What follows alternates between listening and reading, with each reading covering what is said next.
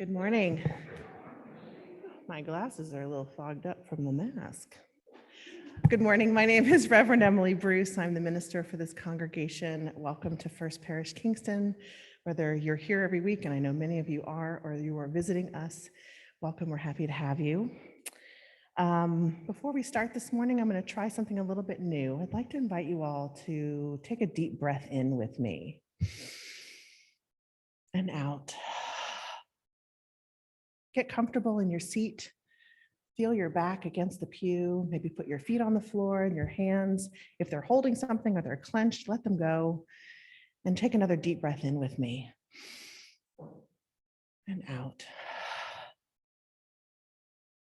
I like to start worship this way. It's a way of intentionally resting, letting your body rest and opening your heart and your mind for our next hour together. The to-do lists will be there when the service is over, the cell phone and the email and everything else. So just give yourself the gift of rest for the next hour. Two quick announcements before we start. First, many of you have by now seen our plea in the newsletter for help with silver bells.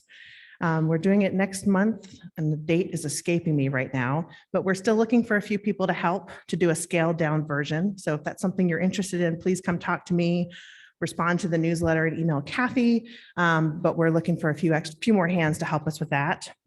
And also 2 weeks from today, on the 24th of October, right after worship, we're having our newbie class. So if you are not a member officially, if you're new, if you're interested in membership, if you want to learn more about the church and what it means to be you will join me and some other people after church. It's going to be from 11:45 to 2:45, but we will serve lunch. And if you need childcare, let us know because we can arrange for that as well. So that's on the 24th. So as we begin our service today, I want to take a brief moment to talk about this holiday weekend. Many know it as Columbus Day, right? A lot of states, especially in New England, observe Columbus Day. And it's meant to celebrate Christopher Columbus's arrival in the New World. Many also now know and call this weekend Indigenous Peoples Weekend to honor Native Americans and the land that was stolen from them by European colonizers like Columbus. We're going to be talking about this a little bit more in the service today as well.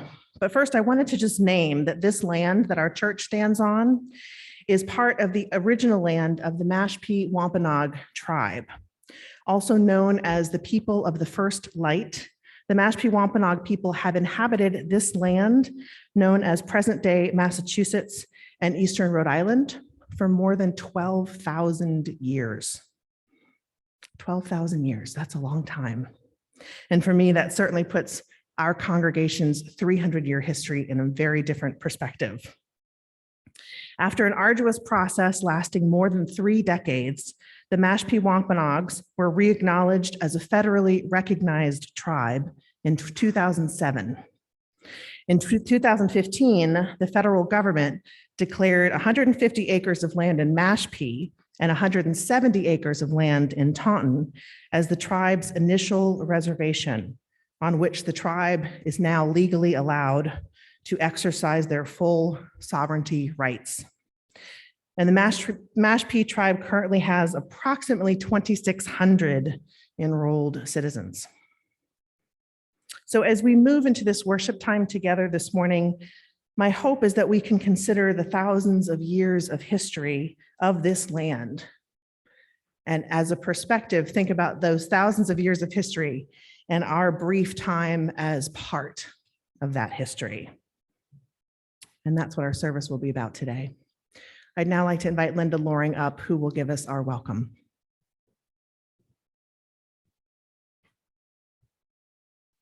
Good morning.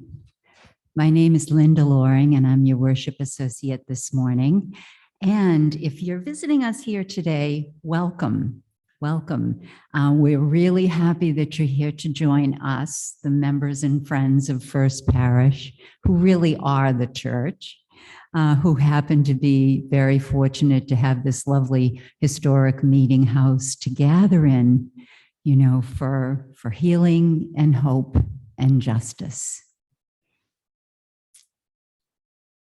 Our chalice lighting this morning, as we begin our service, we light our chalice in the words of Reverend Scott Taylor.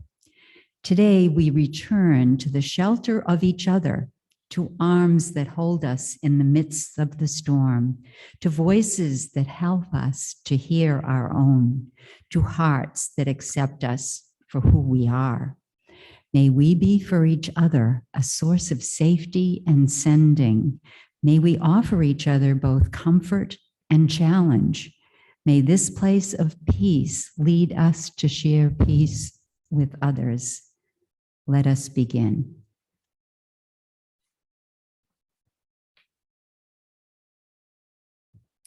We'll now have our opening hymn, number 159, This Is My Song, sung by Kara Roth and Paula Fisher. And as you know, we're not singing, but you can hum along and follow along in your hymnal. Thank you.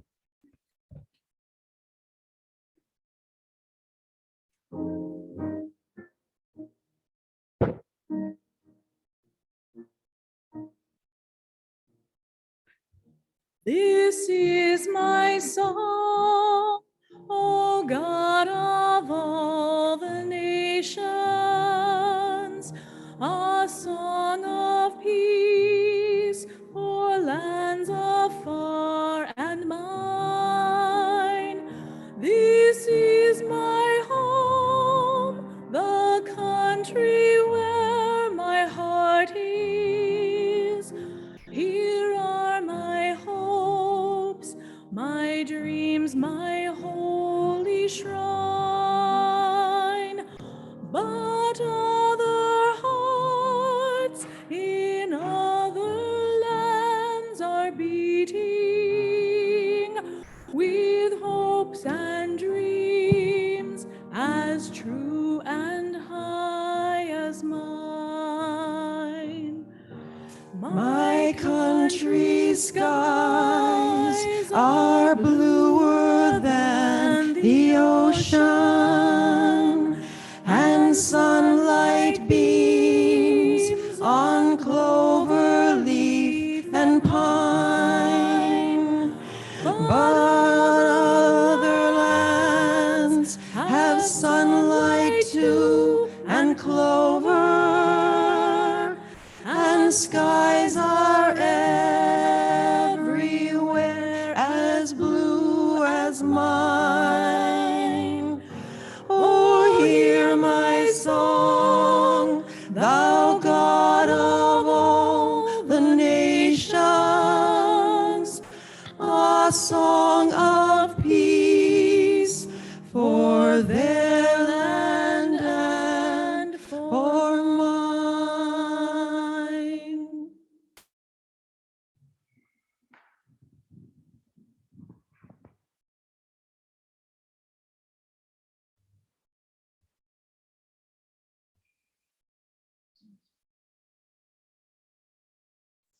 Good morning.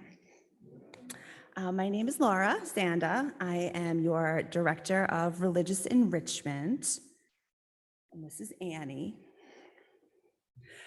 At the 2016 Kingston annual meeting, we voted to establish the Jones River Restoration Fund. The Jones River was acknowledged to have been an important economic resource for the Commonwealth. Timber was sawn for ships and homes. Iron was shaped into anchors, tools, cannonballs for the Revolutionary War. Tacks and nails and clothing mills wove wool for suits and uniforms, all products of the moving power of the Jones River.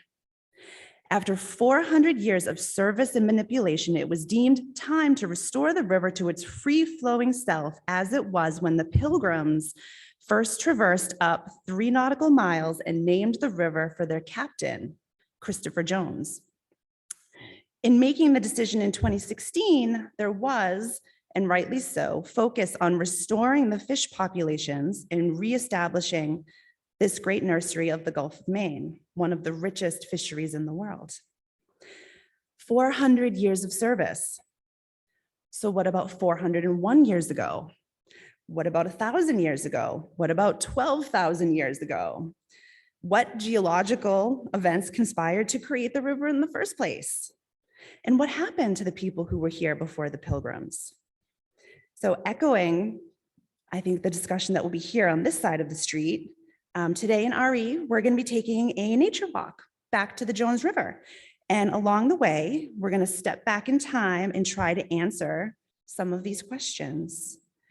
Like any place, I suppose, Kingston has a long, rich history, not all of it entirely pleasant, but important nonetheless for us to know so that we can properly honor those who came before. There are information sheets posted along the path that leads back to the river, and everyone is encouraged to take that walk themselves, if you're not joining us this morning, to learn about the history of this place. Our destination is the river, but along the bank of the river, there's a stone altar. How long it's been there and who built it, I have no idea. Today, we're going to pause there as a group to give thanks to the sacred woodlands using words that the Mashpee Wampanoag chief Flying Eagle wrote in his Cape Cod Wampanoag cookbook. He was also a very talented chef. He published it in 2001, and we're going to begin our journey with his words. We return thanks to our mother, the earth that sustains us, to the wind that, moving the air, has banished diseases, to our grandfather that has protected his grandchildren and has given us the rain, and to the sun that has looked upon the earth with a beneficent eye. So as we head to the door, just a reminder for everyone to gather inside by the door, and then we'll all go out and across the street together. Okay. Thank you.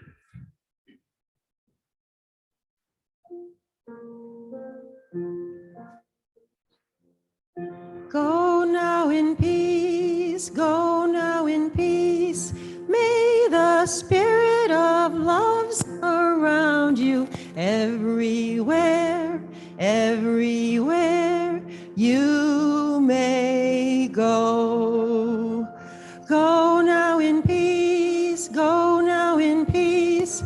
May the spirit of love surround you everywhere, everywhere you may go.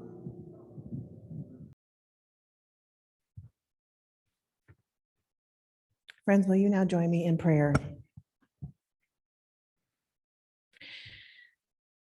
Spirit of life and all that is sacred, who draws us together in a web of holy relationships, make your presence known with us and in us and among us.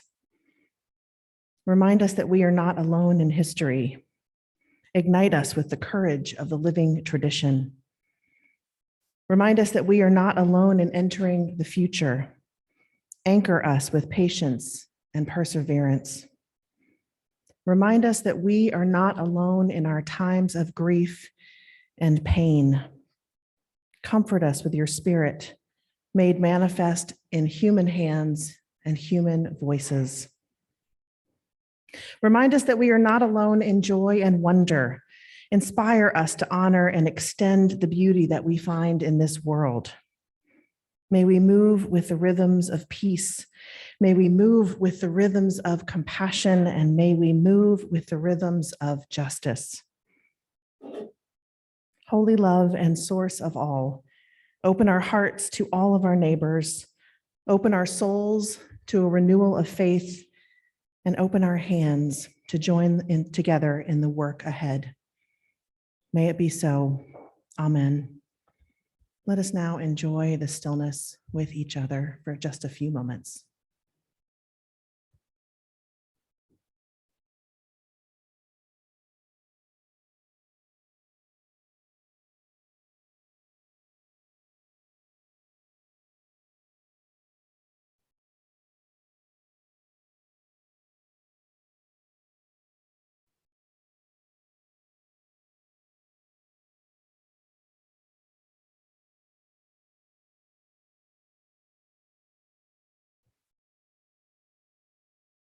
It is now time to receive our offering. When we give, we say yes to something we value. In this congregation, we take up an offering each week to say yes to the values of our UU faith and yes to this beloved community. Together, we use these gifts to serve with ever greater love. I now invite you all to give as you are able. The offering will be received. And enjoy our hymn number 1023, Building Bridges.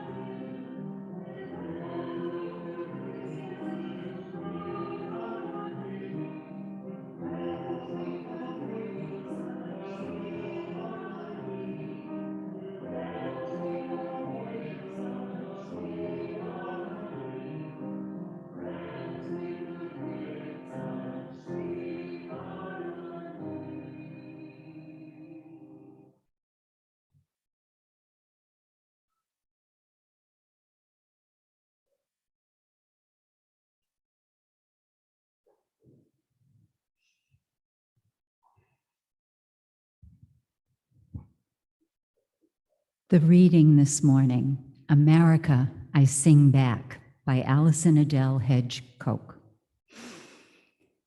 America, I sing back what sung you in.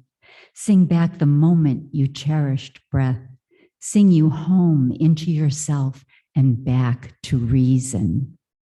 Oh, before America began to sing, I sung her to sleep, held her cradle board, wept her into day. My song gave her creation, prepared her delivery, held her severed cord, beautifully beaded. My song helped her stand, held her hand for first steps, nourished her very being, fed her, placed her 3 sisters strong. My song comforted her as she battled my reason, broke my long-held footing sure as any child might do. Lo, as she pushed herself away, forced me to remove myself as I cried, this country, my song grew roses in each tear's fall. My blood-veined rivers painted pipestone quarries, circled canyons, while she made herself maiden fine. Oh, but here I am, here I remain high on each and every peak, carefully rumbling her great underbelly, prepared to pour forth singing. And sing again I will, as I have always done.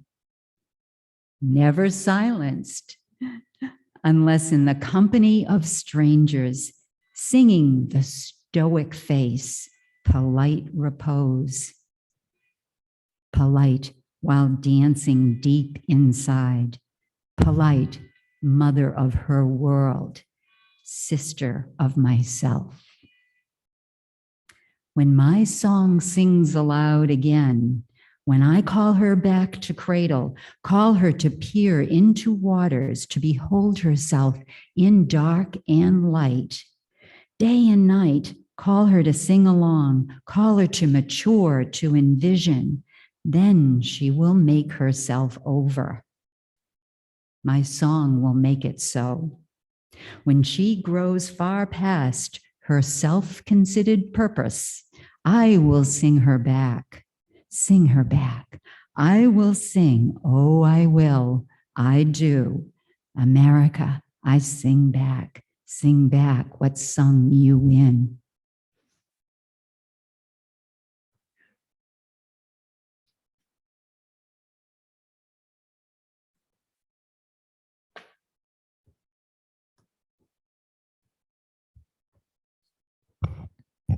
Thank you, Linda. I found that beautiful poem just a couple days ago. The author, Allison Adele Hedge Koch. I had never heard of her until I found that poem, but I was immediately taken by the character and the voice that she gives to the land. In that poem, the land that has witnessed the birth and growth of America on her soil, the land that, quote, sings back what sung America in. It speaks of a partnership between our nation and our land, a sort of reciprocity, or at least a desire for reciprocity between the American people and the land that we claim as our own. And that's a challenging topic because this is a bit of a challenging weekend for UUs, I think, and most especially for UU ministers who have to get up and preach about it. Because for many here in New England, Columbus Day weekend is a holiday meant to celebrate the discovery of America. And especially those with Italian heritage, and I know there's some of you out there, it's supposed to celebrate the Italian who discovered the New World. And yet, as we UUs, like so many others, attempt to grapple with the ruthless and violent truths of our history, we cannot ignore the theft of land and the extreme loss of life suffered by Native Americans at the hands of Columbus and all of the colonizers that followed him. It's very ugly and it's incredibly tragic, but it's part of the American story too. As I said in the beginning of our service, the Mashpee Wampanoag tribe has been on this land for over 12,000 years. And when I think about that, the poem we just heard is even that much more profound, because it reminds me that the land that we live on, the land that we claim, does not truly belong to us, at least not forever. Our residence on it is temporary, to say the least. We will be gone one day, but the land will continue to exist. As the earth proclaimed in the poem we just heard, quote, "Oh, but here I am. I remain high on each and every peak, prepared to pour forth singing, and sing again I will as I have always done." And as we face a very uncertain future of global warming and climate catastrophe, this feels even more true, because our beloved planet will survive climate change. We may die, many species may go extinct, but the land in some form will go on.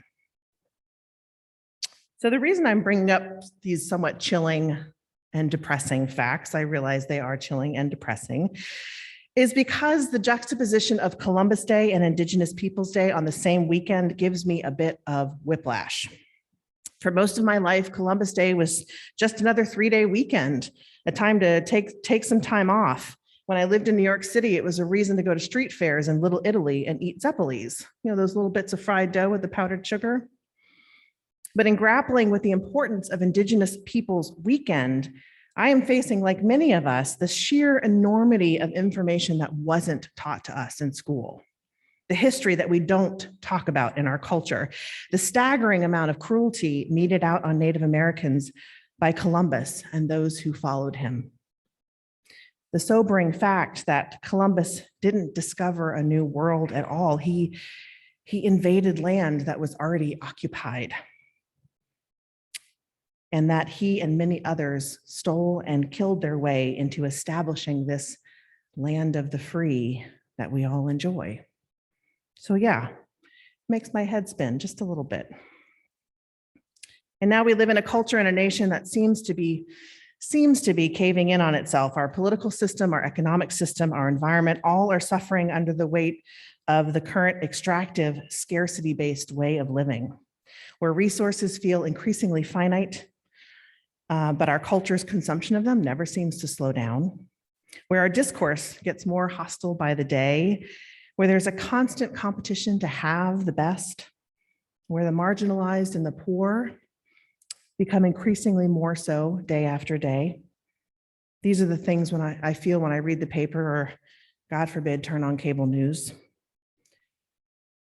And I have to admit, sometimes it makes me think that our culture, our Western way of living, has just gotten it all wrong.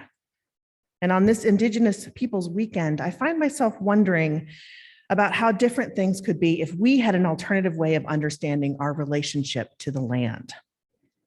Ways that are cooperative, not extractive, generative, not depleting, harmonious, not hostile. And this is when I turn to the idea of the honorable harvest, which is the title of this sermon, by the way. The honorable harvest is described by the Indigenous writer and botanist Robin Wall Kimmerer as this, quote, "The Indigenous canon of principles and practices that govern the exchange of life for life. These principles and practices guide the growing of food, the hunting of animals, and almost every other Indigenous way of being that they interact, the way they interact with the world around them." Some of you may have read Kimmerer's magnificent book, Braiding Sweetgrass. Raise your hand if you have. Oh, more than I thought. Wow, okay. It's a wonderful book. She talks about the honorable harvest in that book, so this may be familiar to you. The rules of honorable harvest, she writes, are not written down, yet are reinforced constantly with daily small acts of living, and include some of these basic principles. Never take the first, never take the last. Take only that which is given. Harvest in a way that minimizes harm. Never waste what you've taken. Sustain the ones who sustain you, and the earth will last forever. And my favorite one, share. How many of us learned sharing is caring in kindergarten? Simple, but true, no? It's difficult, if not nearly impossible, for me to imagine what it would look like for our entire country to live by the principles of the honorable harvest. I'm guessing that many of the big box stores would go out of business. We'd drive far fewer cars, if any at all. Single-use plastics probably wouldn't exist. And what would the world look like without plastic? I can't imagine it. But on a much smaller scale, what would it look like to embrace some of these ideals of living with the land and with each other? Do we even ever really consciously think about what we use up? And I don't mean we as a collective, I mean you and specifically. Do you ever think about how much you use up? Do we notice when we take the last of something? Do we even think about who might come after us needing the thing we just took? I know I don't think that way, so I'm not expecting that you do either. Because in our day-to-day lives, we often don't think about ourselves in relationship to those around us, and especially not to the land or nature. That's what it's like living in a consumer-based culture. It's like everything is a one-way street and they all lead towards us. But as I was thinking about this sermon, I had to ask myself, how is that working out? Really? Does that feel sustainable? Will the culture that we enjoy right now still be here in 12,000 years? I don't think so. I don't know about you, but I don't think so. In recent years, the scientific community has been paying much closer attention to Indigenous ways of tending to and living on the earth. In May 2019, the United Nations backed a report that showed that Indigenous people do a much better job of managing natural resources and environmental hazards like species decline and pollution. On the land that they manage, which this surprised me, it's about 25% of all land on earth is managed by Indigenous cultures. On those lands, their biodiversity is far greater.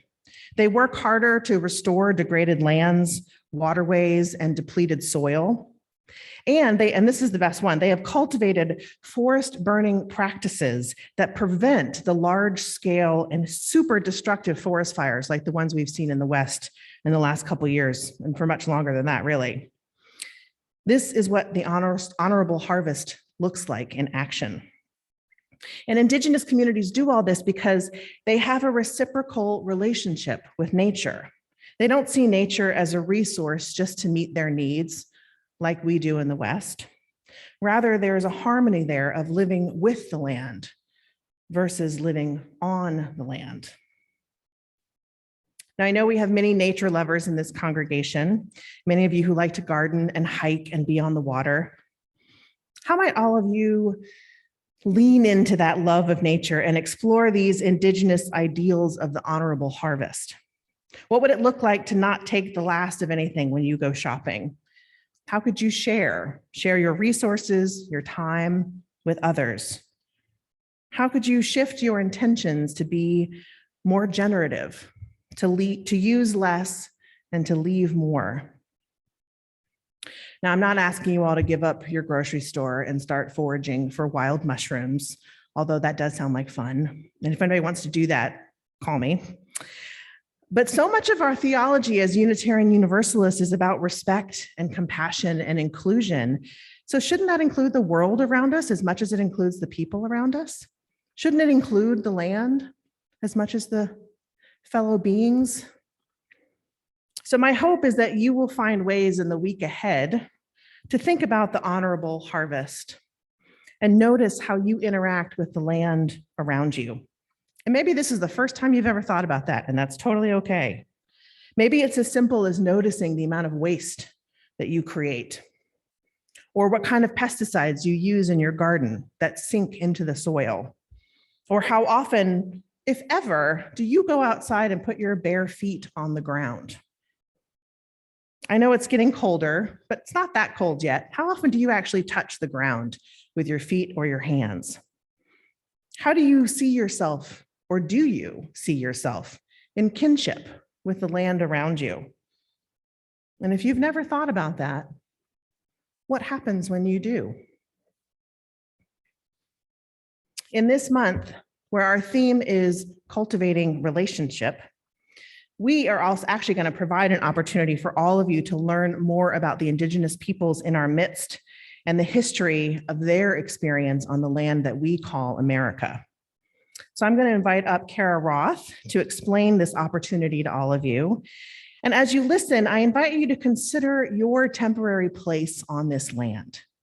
And I urge you to take advantage of the opportunity that Kara is going to tell us about to learn about a possibly different way of living with it.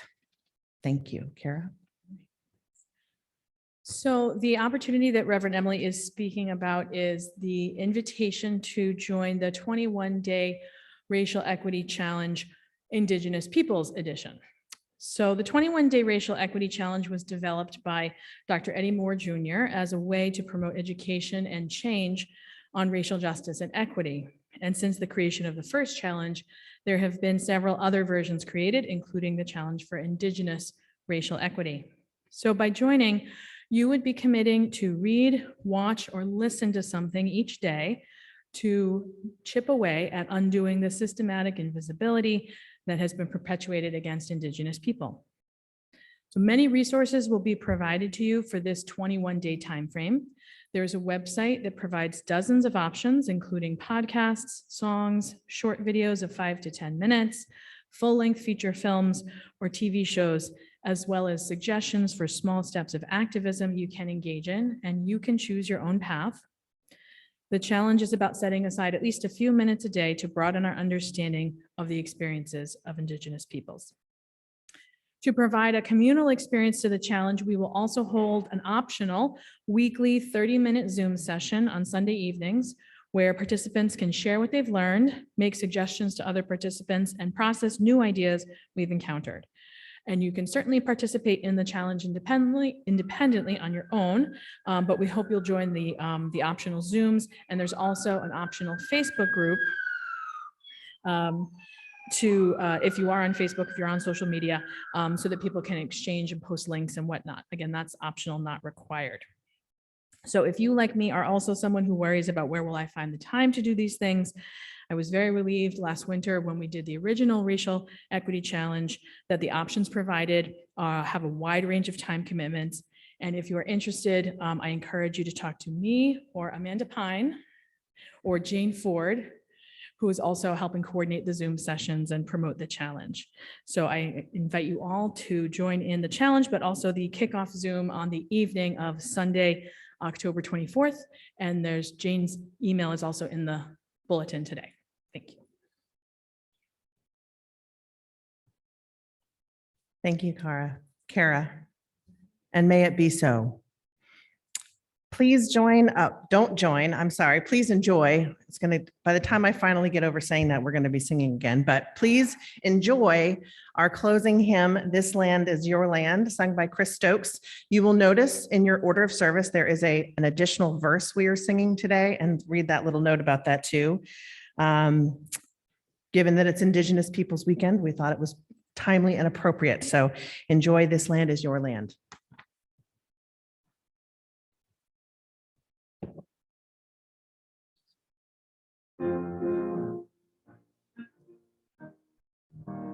This land is your land, this land is my land, from California to the New York Island, from the Redwood Forest to the Gulf Stream waters. This land was made for you and me.